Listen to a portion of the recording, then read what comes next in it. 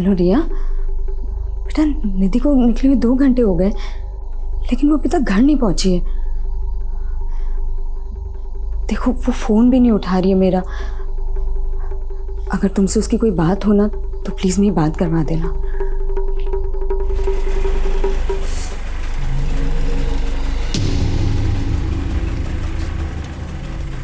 निधि, कहाँ थी तू? कब से फोन ट्राई कर रही हूँ। तुझे पता मैं कितना डर गई थी और मेरा फोन क्यों नहीं उठा रही थी तू? माँ, मैं ड्राइव कर रही थी। अरे ड्राइव कर रही थी तो क्या हुआ, एक बार फोन तो देख सकती है ना। माँ, तुम इतना डरती क्यों हो? एक काम करो, तुम ना योगा किया करो। देख निधि, ये बात ना मजाक में तू।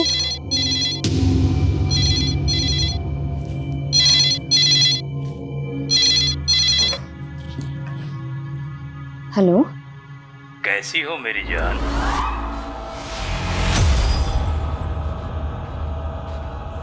कौन कौन बोल रहा है? 11 जून 2001 की रात याद है ना? मैं लौट आया हूँ, जल्दी ही मिलूंगा तुमसे मेरी जान। क्या हुआ मम्मा?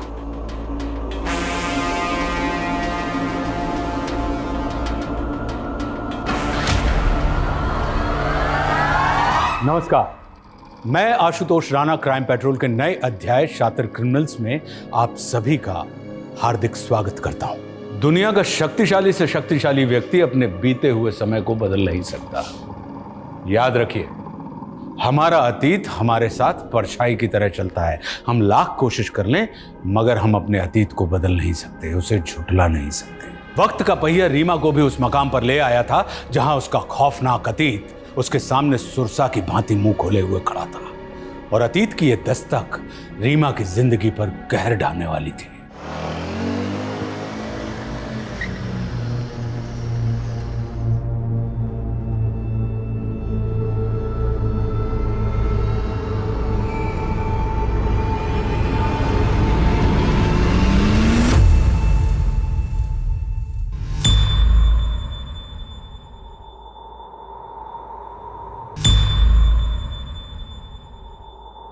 बोलिए रीमा जी।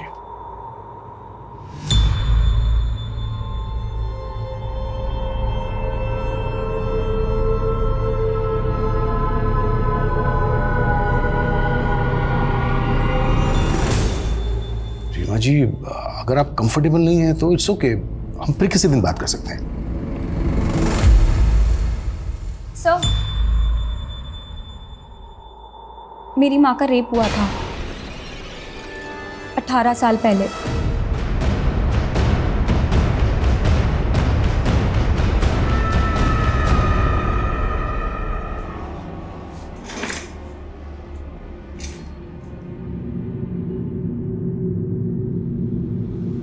शिवा जी, आपने बहुत अच्छा किया जो अपनी बेटी की बात मानी। अपने गुजरे भयानक अतीत का सामना करने के लिए बहुत हिम्मत चाहिए होती। रीमा जी, 18 साल पहले जो ये दर्दनाक घटना आपके साथ घटी, ये आप हमें डिटेल में बताइए प्लीज। 11 जून 2001 की रात थी।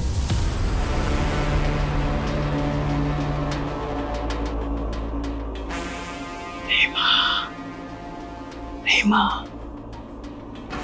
रीमा, रीमा।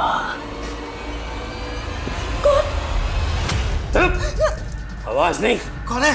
जब नहीं तो तेरी बीवी विधवा हो जाएगी। चल अबे लेट जा,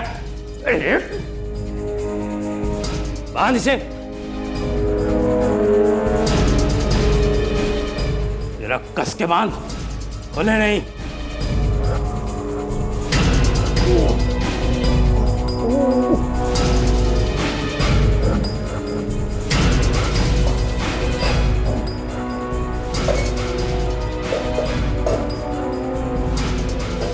हिलना मत, अगर जरा भी हिला तो तेरी बीवी की खोपड़ी उड़ा दूंगा, समझा? बर्तन की आवाज नहीं आनी चाहिए।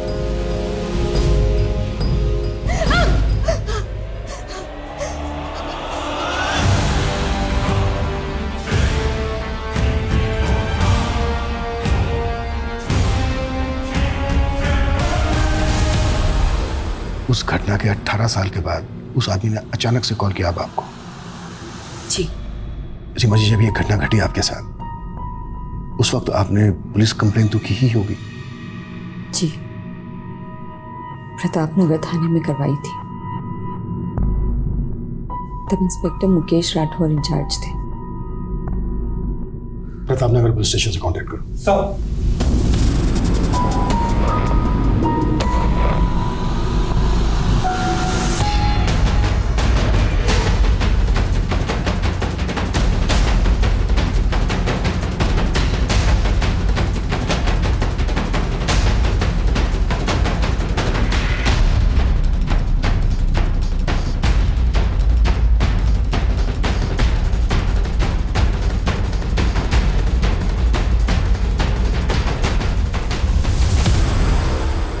दोनों स्टेटमेंट अलग हैं?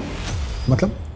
या सर, ये रीमा का रीसेंट स्टेटमेंट है जो उसने हमें दिया है, और ये 2001 का स्टेटमेंट है। दोनों स्टेटमेंट में उसने अलग अलग कहानी सुनाई है। रेप की तारीख से लेकर हर इंसिडेंट एकदम अलग है सर। मानो दोनों केसेस एक दूसरे से बिल्कुल अलग हो। और रेप के कुछ दिन के बाद यानी कि 17 जून 2001 को उसने प्रतापनगर थाने में रेप की शिकायत दर्ज करवाई अपने पति राजेश चौहान के साथ।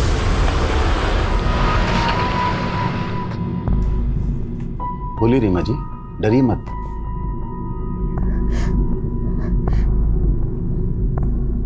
मेरा रेप हुआ है। वो जबरदस्ती घर में घुस गया था। कौन था वो? कब हुआ है? 13 जून। पूरी बात बताइए रीमा जी। तब आप क्या कर रही थी? आपके पति कहाँ थे? इनकी नाइट ड्यूटी थी। करीबन 10 बजे मैं अपने कमरे में सो रही थी जब रीमा, आवाज नहीं, चुप।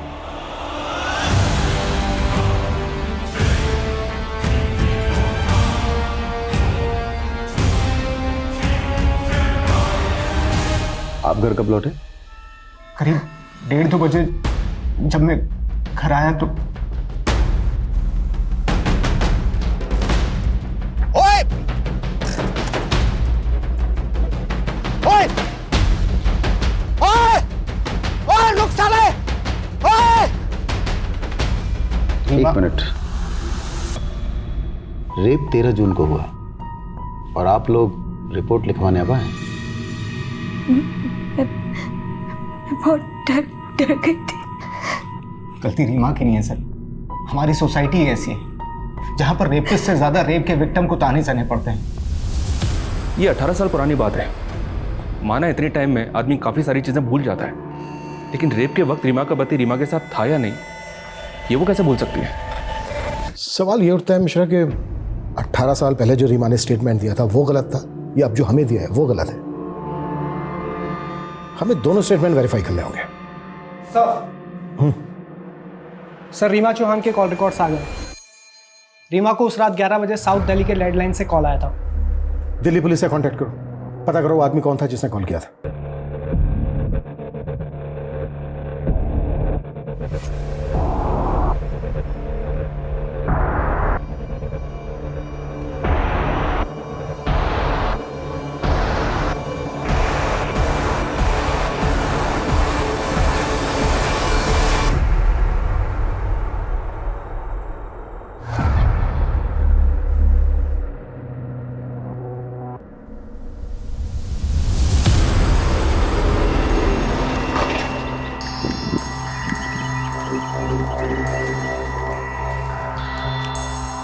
चेक करो।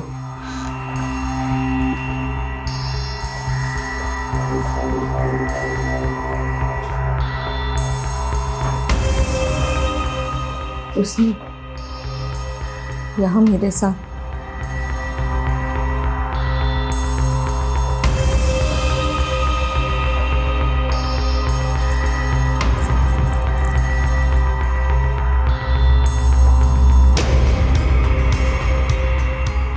अच्छा, आपने बताया कि उसने गमछे के टुकड़ों से बांधा था। वो टुकड़े कहाँ हैं? जी वो तो वो अपने साथ ले गया।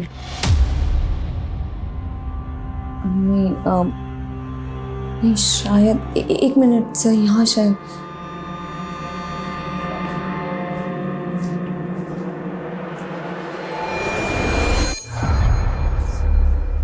ये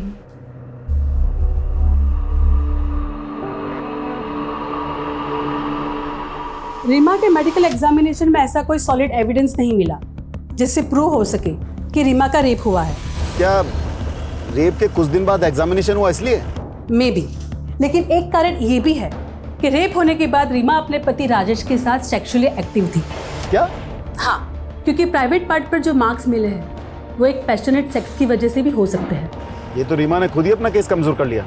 एक बात और सर, रेप होने के बाद विक्टिम को अक्सर कलाई, जांघों पर छोटे मोटे घाव लगते हैं, लेकिन रीमा के केस में उसकी बॉडी पर एक छोटी सी खरोच तक नहीं थी।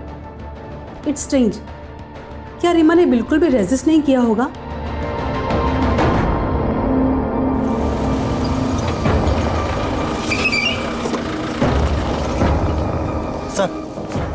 सर आपको एक बात बतानी थी। क्या?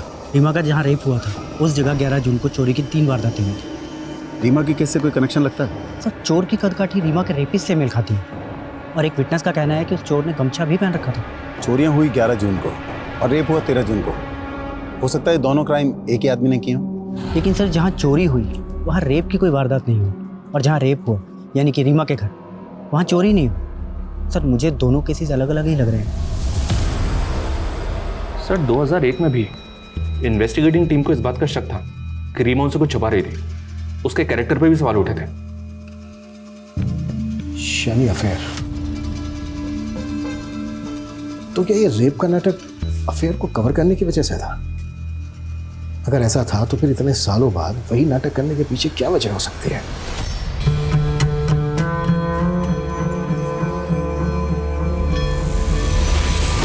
सर, मेरी माँ का रेप हुआ था 18 साल पहले। रेप होने के बाद छोटे मोटे घाव लगते हैं, लेकिन रीमा के केस में उसकी बॉडी पर एक छोटी सी खरोच तक नहीं थी। तो क्या ये रेप का नाटक अफेयर को कवर करने की वजह से था? अगर ऐसा था तो फिर इतने सालों बाद वही नाटक करने के पीछे क्या वजह हो सकती है?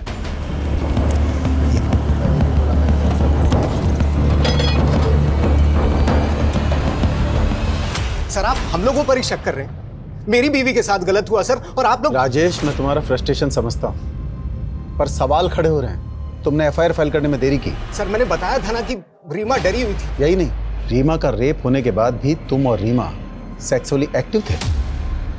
ये कोई मामूली बात नहीं है राजेश। तब मुझे पता ही नहीं था कि रीमा के साथ में रेप हुआ है। क्या? उस रात जब मैं गमछे वाले आदमी के पीछे भागा, वो हाथ नहीं आया, तो मैं भागकर घर वापस आया। मेरे को बहुत चिंता हो रही थी रीमा को लेकर। रीमा, रीमा, राजेश, रीमा, राजेश, वो डरने की कोई बात नहीं, भाग गया वो। तुम्हें कुछ हुआ तो नहीं? ठीक तो ना? तुम चिंता मत करो, मैंने अपने आप को बाथरूम में बंद कर लिया था। थैंक गॉड, थैंक गॉड तुम्हें कुछ हुआ नहीं, वरना रीमा को देखकर लगा ही नहीं कि उसके साथ किसी ने जबरदस्ती की है। लेकिन कुछ दिन बाद, अरे रीमा जल्दी बाहर निकलो यार, लंच बॉक्स दे दो, लेट हो रहा हूँ।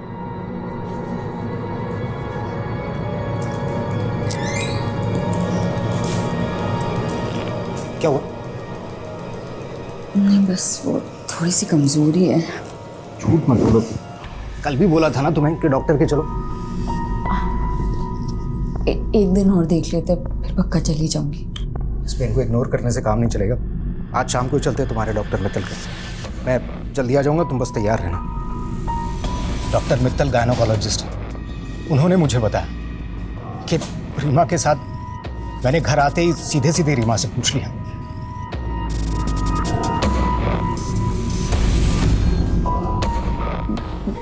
मैं डर गई थी, मुझे लगा था कि आप मुझे छोड़ दोगे।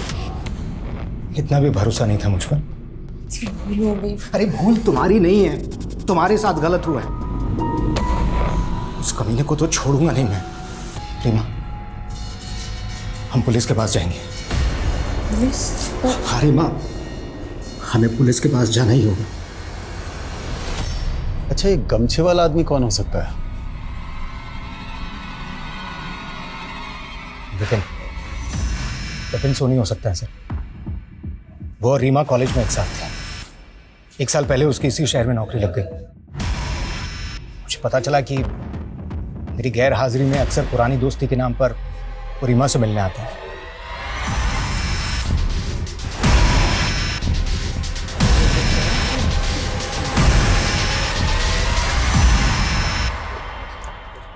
जगन, सर। पूजा दहिया रेप केस की फाइल निकालो। जी सर।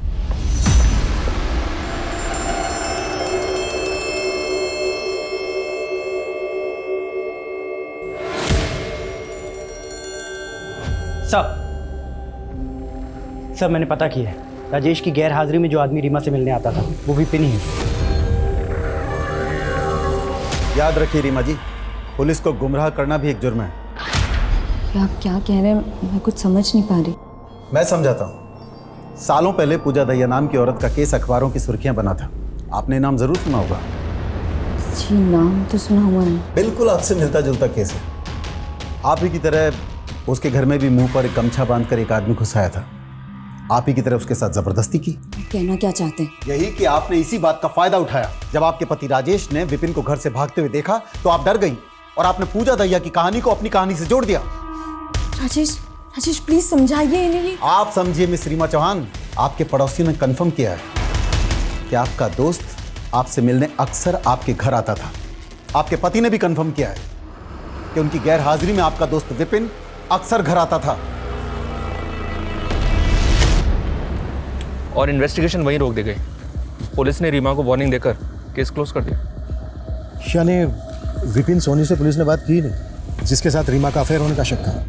जी, और अब तो इस केस के investigating officer Mukesh ji retired हो चुके होंगे। हालांकि उनके घर का एड्रेस पता करने के लिए बोल दिया मैंने।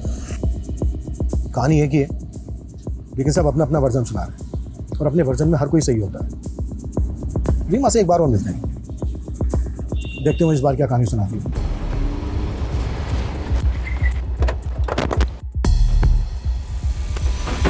आपको मेरी बात पे यकीन नहीं है? रीमा जी, हम बातों पर नहीं सबूतों पर यकीन करते हैं।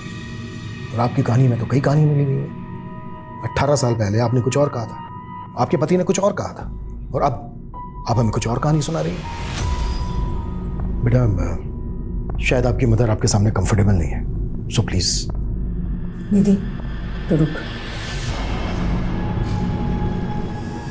18 साल पहले मुझे एक बुरी बीवी माना गया था जो अपने पति को धोखा दे रही थी, जिसने अपनी रेप की झूठी कहानी सुनाई। लेकिन ये सब मैंने सिर्फ अपने पति के कहने पे किया था। हमें पुलिस की नहीं, पुलिस नहीं, बिल्कुल नहीं। भूल जाओ कि तुम्हारे साथ कुछ हुआ है, सब कुछ भूल जाओ। राजेश, ये आप क्या कह रहे हैं? मेरी इज्जत? यार, तुम्हारी इज्जत से ज्यादा मेरा नाम, मेरा रुतबा, मेरी मर्दानगी मायने रखती है। हाथ जोड़ता हूँ, प्लीज किसी से कुछ नहीं कहोगी तुम, कुछ भी नहीं।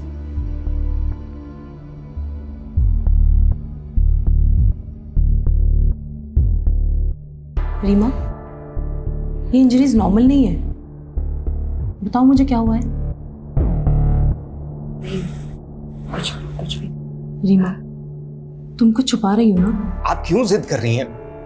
रीमा के लिए यही सही है कि वो सब कुछ भूल कर। ये भूलने वाली बात नहीं है राजेश। रीमा के साथ जो हुआ है वो गुनाह हुआ है और गुनहगार को सजा मिलना जरूरी है। तुम उसके पति हो, तुम्हें उसका साथ देना चाहिए। और अगर तुम में हिम्मत नहीं है तो मुझे कह दो, मैं इसे पुलिस स्टेशन लेके चली जाऊंगी। नहीं, आपको कुछ करने की जरूरत नहीं है। मैं ले जाऊंगा रीमा को पुलिस के पास। मजबूरी में राजेश को मुझे पुलिस स्टेशन ले जाना पड़ा, लेकिन वहां उसने मुझे पूरा सच नहीं बताने दिया। मेरा रेप हुआ ये सच है, लेकिन उस वक्त राजेश वहां नहीं था, ये झूठ। चलो माना, आपने अपने पति के कहने पर झूठी गवाही दी, लेकिन आपने रेप के तुरंत बाद अपने पति के साथ फिजिकल रिलेशन बनाए। ऐसा क्यों? अगर सही वक्त पर मेडिकल एग्जामिनेशन हो जाता तो रेपिस्ट को पकड़ने में आसानी होती। वो फिजिकल रिलेशनशिप मेरी मर्जी से नहीं बने थे, वो भी रेप ही था।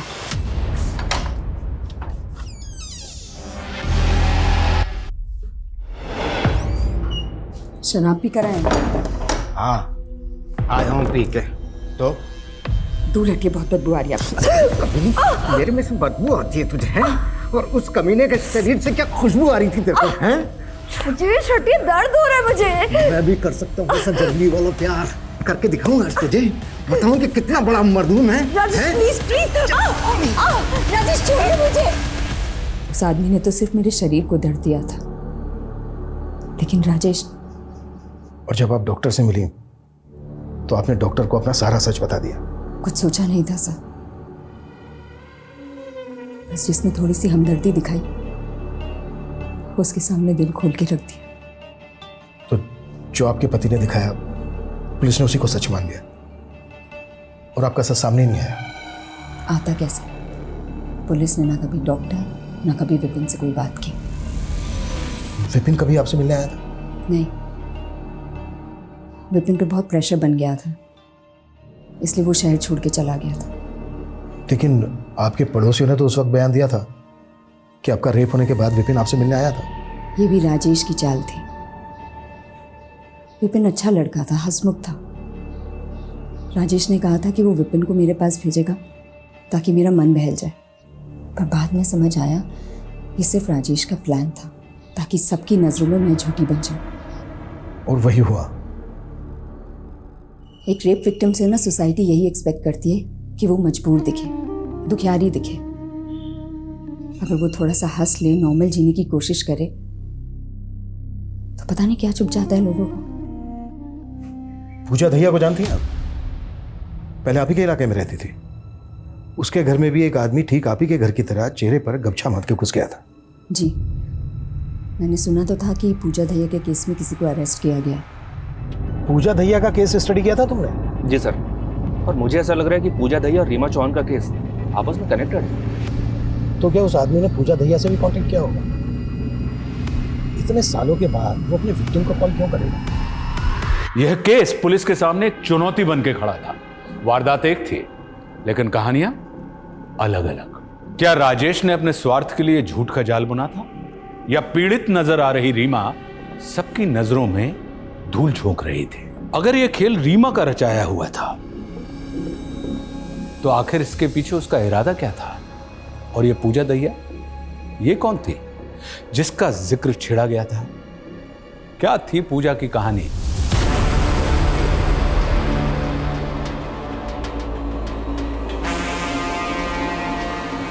कौन है?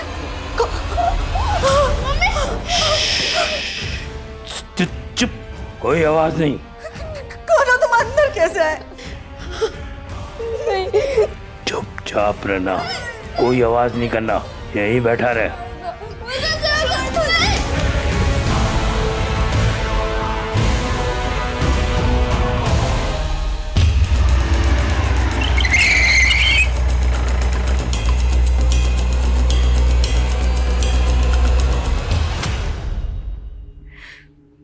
मैं नहीं जानती कि वो कौन था। उसने अपना चेहरा गमछे से छुपा रखा था। उसके बोलने का तरीका, उसके कपड़े, या फिर ऐसा कुछ जो आपको अलग लगा हो? अंकल, उस आदमी ने मुझे कुछ लिखने को दिया था। क्या लिखूं? 5वीं क्लास का टीचर मुझे जरा भी पसंद नहीं था। बात बात पर मुझे छड़ी से मारता था, मुर्गा बनाता, बहुत जलील करता था मुझे। रवि, फिंगरप्रिंट्स कलेक्ट करवाओ और फॉरेंसिक टीम बुलाओ। सुअर के बच्चों, तुम्हें कोई फिंगरप्रिंट नहीं मिलेगा। ऐसा कहा था उसने बोलने के लिए मुझे। सुअर के बच्चों, तुम्हें कोई फिंगरप्रिंट नहीं मिलेगा, ऐसे बोलना है। वो आदमी बोलते वक्त हक लाता था, खासकर च बोलते वक्त। इन्वेस्टिगेटिंग टीम ने इस पूजा दहिया का बैकग्राउंड खंगाला सर। पूजा की फैमिली में दूर दूर तक कोई भी टीचिंग प्रोफेशन में नहीं था। शायद गुमराह करने के लिए लेटर लिखवाया गया हो। पहली टीम का भी यही मानना था। लेकिन यह भी तो हो सकता है कि उसने अपनी आप बीती लिखवाई हो। शायद उसके बचपन में उसके साथ कोई भयंकर हादसा हुआ हो। रेपिस्ट ने नकुल से और भी कुछ लिखा था, ये देखिए। सबसे पहले पूरा घर सर्च करेंगे, दरवाजे देखेंगे, तेरी माँ का बयान लेंगे, तेरा बयान लेंगे। कितने भी हाथ पैर मार लें, लेकिन उनके हाथ कुछ लगने वाला नहीं है। ये जो कोई भी है पुलिस प्रोसीजर को बहुत अच्छे से जानता है, एक एक चीज लिखवाई है। मतलब ये पुलिस वाला भी हो सकता है? या फिर कोई ऐसा जिसका अपना पुलिस में हो, या फिर रहा हो। सर रीमा के केस के आईओ मुकेश राठौर का एड्रेस मिल गया है। रिटायर होने के बाद वो यहीं जयपुर में सेटल्ड है। लाइमलाइट के लिए? ये क्या कह रही है तू? मैं नहीं, नेबर्स, रिलेटिव्स सब यही बोल रहे हैं। देख, लोग कुछ भी कहें, लेकिन तू तो मुझ पे यकीन करती है ना। तुझे भी लगता है कि मैं झूठ बोल रही हूँ?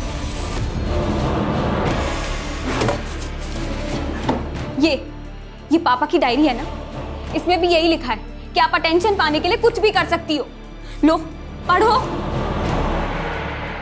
निधि, तूने अपने पापा को ना सिर्फ फोटोज में देखा है।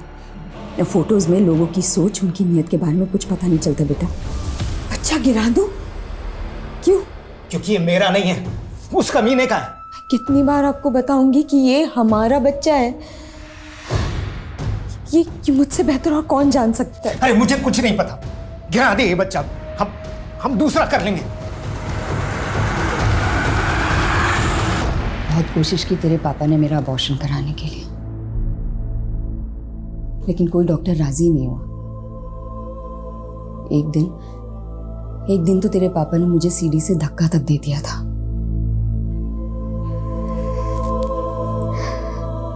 लेकिन तेरी किस्मत में ना जीना लिखा था। मुझे लगा तेरी शक्ल देख देख कर ना अब राजेश के अंदर का बाप जाग जाएगा। एक दिन किसी ने मजाक में उनसे कह दिया कि तेरी शक्ल उनसे नहीं मिलती। बस उस दिन वो बिल्कुल टूट गए थे। मैंने समझाने की बहुत कोशिश की, लेकिन वो एकदम खामोश हो गए थे। और एक दिन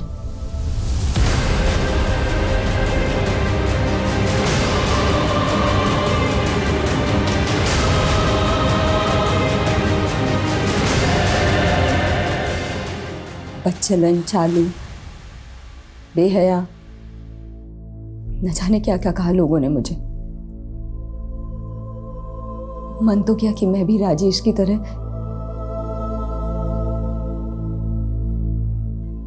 लेकिन तेरा चेहरा देखकर हमेशा रुक जाती। मैं ये सब कुछ ना बुरा सपना सोचकर भुला चुकी थी, लेकिन अब वही सब कुछ हो रहा है मेरे साथ। मैं ये सब सहन कर सकती हूँ, लेकिन दुख इस बात का है कि तू भी मुझ पे यकीन नहीं करती।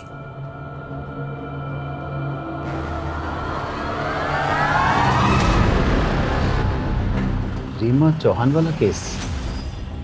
हाँ, याद है मुझे। इस मामले में हमसे जो कुछ बन पड़ा हमने किया। यहाँ तक कि 2003 में अलग अलग पेट्रोलिंग टीम बनाई उस लोकेलिटी पर नजर रखने के लिए। और एक रात रुक रुक, गाड़ी पीछे ले, पीछे ले। जी सर। रुक। कौन है वहां? क्या कर रहा है? रुक रुक रुक, वरना गोली मार दूंगा। रुक, इधर आ, पास में। गमछा निकाल मुंह से। जगन, जल्दी से बैकअप टीम लेकर सोमवारी बाजार वाले एरिया में आ जाओ। चोर को मैंने पकड़। भले ही दूर से सही, पर आपने उसे देखा था? कोई ऐसी खास निशानी जो आपको याद हो? अंधेरा बहुत था, कुछ खास देख नहीं पाया। हाँ, जिस तरह से फुर्ती से उसने मुझ पर गोली चलाई, पक्का कोई ट्रेंड आदमी था। कोई पुलिस वाला? हाँ, शक तो मुझे भी था। मुझे लगा या तो कोई पुलिस वाला है या पुलिस वालों के साथ मेलजोल जरूर रहा होगा। जब हमारी सारी कोशिश फेल हो गई तो तो हमने जनता की मदद मांगी। देखिए, डरने की कोई जरूरत नहीं है। आप लोगों को केवल पुलिस की आंख और कान बनना है। कोई भी बाहर का आदमी दिखे जिसका बर्ताव अजीब सा हो तो फौरन पुलिस को सूचित कीजिए। उसे पकड़ने की कोशिश मत कीजिएगा क्योंकि उसके पास गन है। इंस्पेक्टर साहब, गन हो या तोप, एक फौजी किसी से नहीं डरता है। विकास जी, तैश में आकर कोई भी कदम मत उठाइएगा, फौरन पुलिस को सूचित कीजिएगा। जरूर, लेकिन उसे जान से मारने के बाद। और आप चिंता मत कीजिए, मेरे रहते हुए हर कोई सुरक्षित है।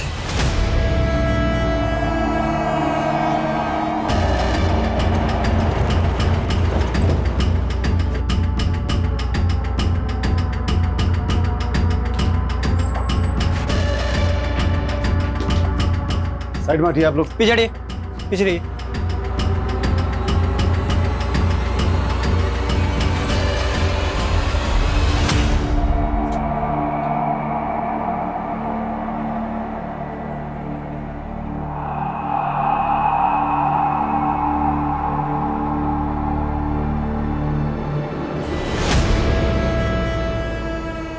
जगन, आसपास के लोगों से बात करो। कोई भी अजनबी जो कल यहाँ दिखा हो उसका स्केच बनवाओ। वो कमीना बचना नहीं चाहिए। हमने 3-4 स्केच बनवाए। हैरानी की बात ये थी कि उनमें से एक स्केच हमारी खबरी अंगद से मिलता जुलता था। आपने अंगद को अरेस्ट किया था? फौरन धर दबोचा। तलाशी लो उसके घर की। साहब, घर का कोना कोना छान मारो। साहब, मेरे घर की तलाशी क्यों ले रहे हैं साहब आप? साहब,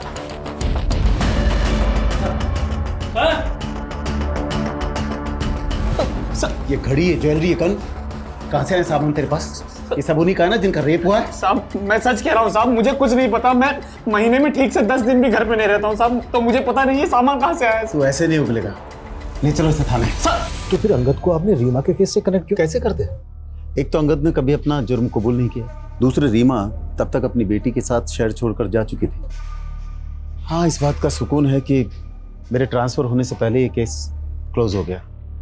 18 साल के बाद उस आदमी ने फिर से रीमा से कांटेक्ट किया। क्या? यस। आपको क्या लगता है, क्या ये अंगद हो सकता है? अंगद कैसे हो सकता है? अंगद तो 2013 में जेल में मर गया।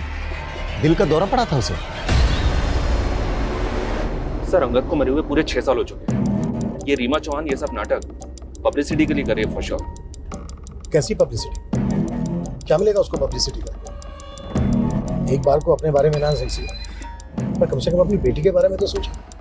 और वैसे भी ये तो कंफर्म है ना कि उस रात रीमा को कॉल आया था। हेलो, कैसी हो मेरी जान? ये भी तो हो सकता है सर, कोई कॉपी कैट। चांसेस बहुत कम है। चलो मान लेते हैं कि मुझे अभी भी फरार है। वक्त के साथ उसका काम करने का तरीका भी बदला। पहले चोरी, फिर रेप, उसके बाद मर्डर्स। जब रीमा का रेप हुआ तब उसकी उम्र होगी कोई 35-37। तो इस वक्त उसकी उम्र होनी चाहिए 52 से 55 के बीच।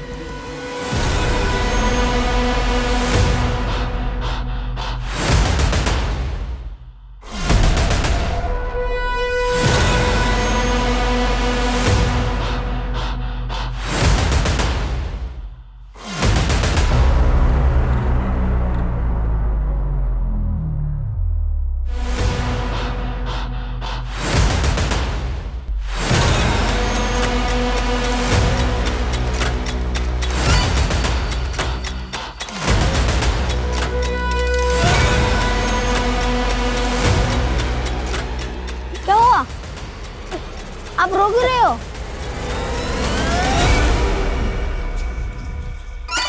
गुंजन, माँ को चल के सब बताना अभी, डरना मत।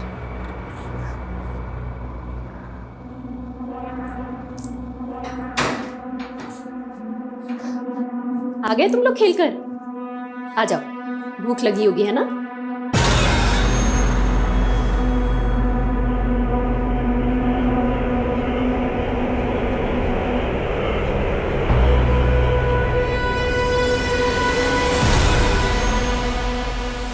बेटा, ये सूरज अंकल हैं।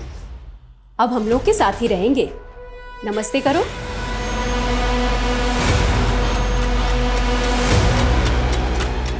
बड़े प्यारे बच्चे हैं तुम्हारे। सर जितना हमने सोचा था उससे कहीं ज़्यादा बड़ा मामला निकला ये तो। सबसे पुराना केस 28 साल पहले का है। इतने अरसे में 51 ऐसे रेप केसेस मिले हैं जिनमें सेम मोडस ऑपरेंडी का इस्तेमाल हुआ है। इसके अलावा 13 मर्डर केस में और 178 लूट केस में सेम पैटर्न फॉलो हुआ है। मतलब अंगद के जेल जाने के बाद भी ये केसेस होते रहे। एरिया कौन सा था? राजस्थान के अलग अलग शहरों के केसेस हैं सर। ये 1990 से 94 तक अलवर, 1994 से 97 जोधपुर, फिर 3 सालों तक उदयपुर और उसके बाद 2004 तक जयपुर। और इनमें से कहीं भी किसी भी जगह इस आदमी के खिलाफ कोई सुराग नहीं मिला? 2004 में 3 रेप विक्टिम से कल्प्रिट का डीएनए सैंपल कलेक्ट किया गया था। इस डीएनए को अंगद के क्लोज रिलेटिव के एक डीएनए से मैच करके देखो।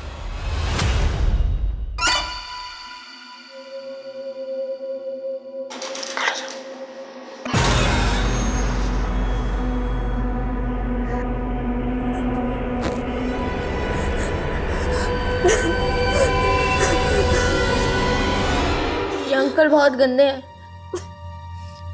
मत खेला करो उनके साथ। तुम माँ को क्यों नहीं बताती हो? ठीक है, तुम मत बताओ, मैं माँ को खुद ही बता दूंगा। नहीं, माँ खुद अंकल के साथ ही गेम खेलती है।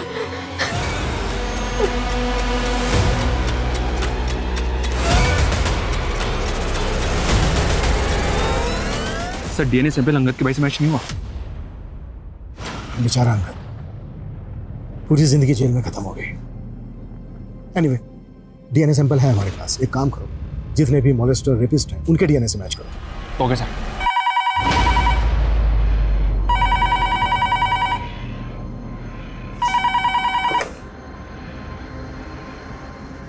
हेलो मेरी जान, कैसी हो?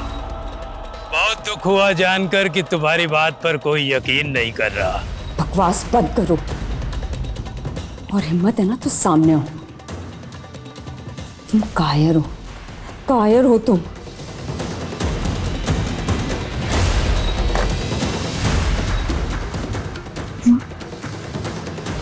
बोलोगे भी, क्या बोलना है तुम्हें? माँ वो अंकल। बड़े मजाकिया बच्चे हैं तुम्हारे। अच्छा बच्चों, मैं बाजार जा रही हूँ, 7 बजे तक आऊंगी। तब तक अंकल के साथ रहना, इन्हें परेशान मत करना।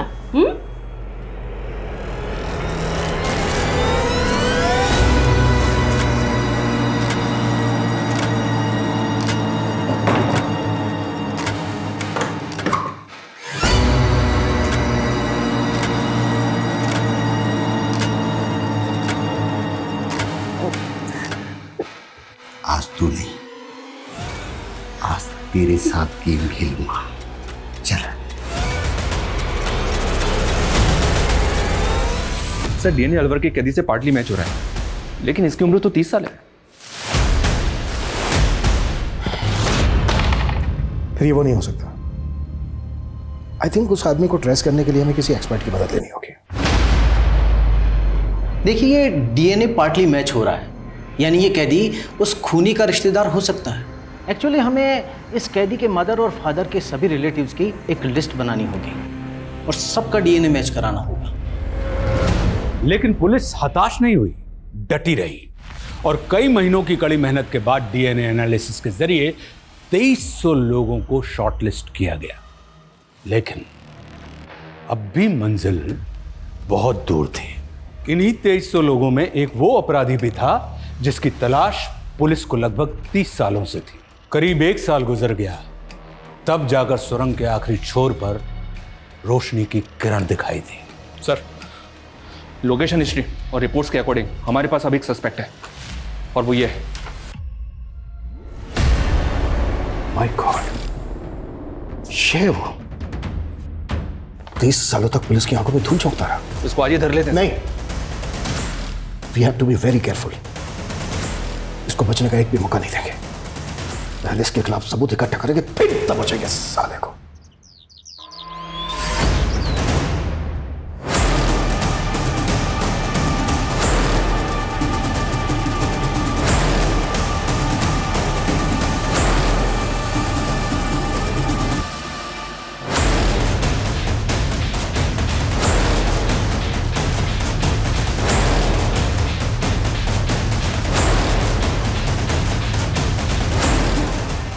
नजर बना के रखो उस पर, कुछ भी हलचल हो तुरंत मुझे इन्फॉर्म करना। सर। ओके, हाँ मिशन। रिपोर्ट आ गई।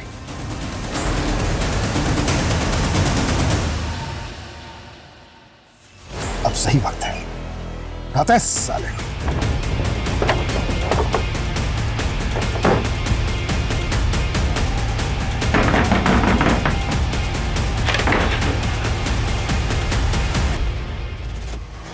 तीस सालों तक पुलिस की आंखों में बहुत धूल झोंकी है तूने।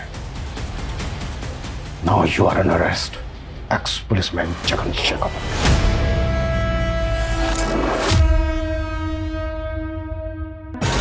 मेरे सौतेले बाप सूरज ने मेरा और मेरी बहन गुंजन का बचपन खराब कर दिया। रेप करता था वो हमारा।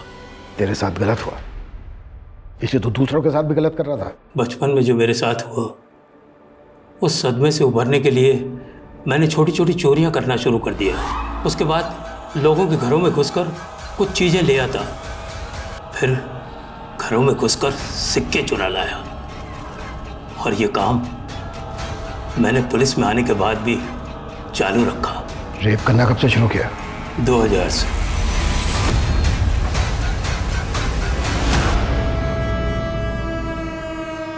पूजा ने क्या बिगाड़ा था तेरा? गलती पूजा की नहीं, पूरी औरत जात की है। उसी साल दिल टूटा था मेरा। कुछ दिन तो सब कुछ ठीक चलता रहा, लेकिन एक दिन वो मुझे छोड़कर किसी और के साथ चली गई। तभी से मुझे औरतों से नफरत होने लगी। और उसके बाद मैंने एक के बाद एक औरतों को शिकार बनाना शुरू कर दिया। अंगद को क्यों फंसाया? मेरे सीनियर मुकेश जी की पेट्रोलिंग बहुत तेजी से चल रही थी। मेरा काम करना बहुत मुश्किल हो गया था। मैंने सोचा अंगद को फंसाऊंगा तो पेट्रोलिंग थोड़ी ढीली हो जाएगी और मेरा काम आसान हो जाएगा। और हुआ भी वही।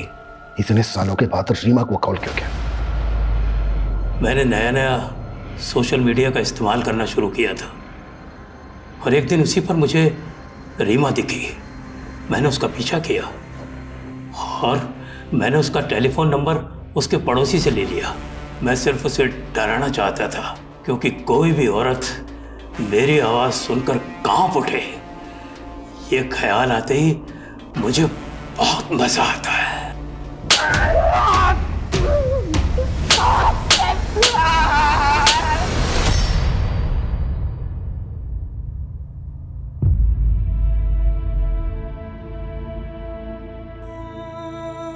सॉरी मॉम, मैं गलत थी। आपने मेरे लिए कितने सैक्रिफाइस किए और मैं नहीं, बल्कि तूने मुझे हिम्मत दी है वापस लड़ने की। अपना जगन जैसे लोगों का खौफ है और नई सोसाइटी के तानों की फिक्र। अब देखना,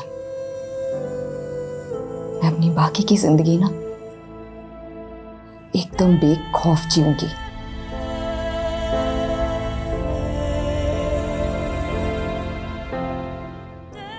हमारे समाज में बलात्कार करने से ज्यादा उंगलियां पीड़िता पर उठती हैं कि लड़की ने क्या कपड़े पहने थे, क्यों रात को वो बाहर गई थी। ऐसे बेबुनियादी सवाल हमारा यही सो कॉल्ड सभ्य समाज उठाता रहता है, जबकि वास्तविकता यह है कि बलात्कार से अगर किसी का चरित्र कलंकित होता है तो वो सिर्फ बलात्कारी का। इस बुनियादी बात को क्यों आज 2021 में हमें बार बार दोहराना पड़ता है? ये कैसा सिस्टम है जहां एक बलात्कारी को तो आसानी से जमानत मिल जाती है, लेकिन बलात्कार से पीड़ित औरत को सालों साल इंसाफ नहीं मिल पाता? ये चुभने वाले सवाल हमें खुद से और प्रशासन से भी करने होंगे। ये रीमा की हिम्मत ही थी जो वो सालों से अपने अंदर दफन खौफ को मिटाने में कामयाब हुई। रीमा ने जिस तरह समाज के तानों की परवाह किए बिना इंसाफ के लिए आवाज उठाई, वह वाकई अभिनंदनीय है। अब मैं आशुतोष राणा आपसे विदा लेता हूं। हम फिर मिलेंगे एक ऐसी ही कहानी के साथ जो आपको रखेगी सतर्क और जिंदगी को सुरक्षित। तब तक अपना और अपने परिवार का ख्याल रखिए और देखते रहिए क्राइम पेट्रोल सतर्क। जय हिंद।